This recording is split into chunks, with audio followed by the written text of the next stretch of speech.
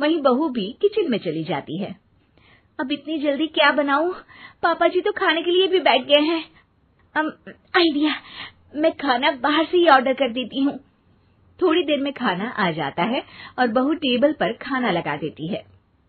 हे भगवान, कितनी कड़वी दाल बनाई है बेटा।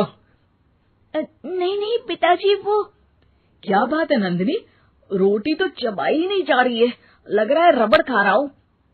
एक तो इतने महंगे होटल से खाना मंगवाया और वो भी इन लोगों को पसंद नहीं आया।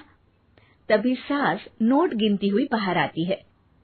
वाह माँ जी, बड़ी कमाई हुई लगती है। हाँ, मैंने वो 2000 वाली साड़ी 3000 में बेच दी। अरे वाह माँ जी। दोनों सास बहू बहुत खुश हो जाती हैं। मेरे पेट में ना बेटा जोर का दर्द हो रहा है। अरे माँ, क्या हुआ? पेट में दर्द? बाहर का कुछ खाया था क्या? मैदा तो नहीं खा लिया? मैंने छोले भटूरे खाए थे। माँ, क्यों खाए? आपको तो पता है कि आपको मैदा सूट नहीं करता। चलिए माँ को डॉक्टर के पास ले जाते हैं। तभी अंदर से पापा की आवाज आती है।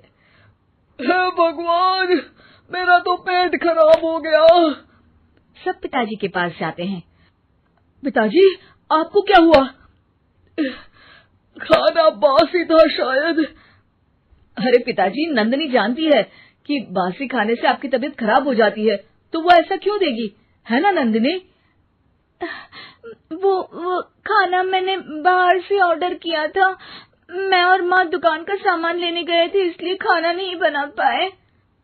क्या नंदिनी, दुकान के चक्कर में तुमने तो सारे घर का हाल बिगाड़ रखा है।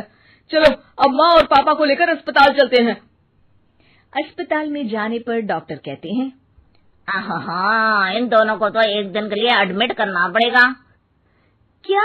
क्यों? पेट ही तो खराब है ना। हाँ, तो घर ले जाइए ना, अगर लग रहा है कि कोई बड़ी बात नहीं है और हम सिर्फ पैसा कमाने के लिए इन लोगों को एडमिट कर रहे हैं। नर्स, जरा इन लोगों को बिल तो दे देना। चलिए मैं आप लोगों को पैकेज समझा देती हूँ।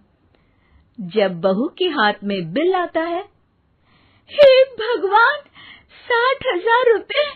इतना तो मैंने कमाया भी ना था।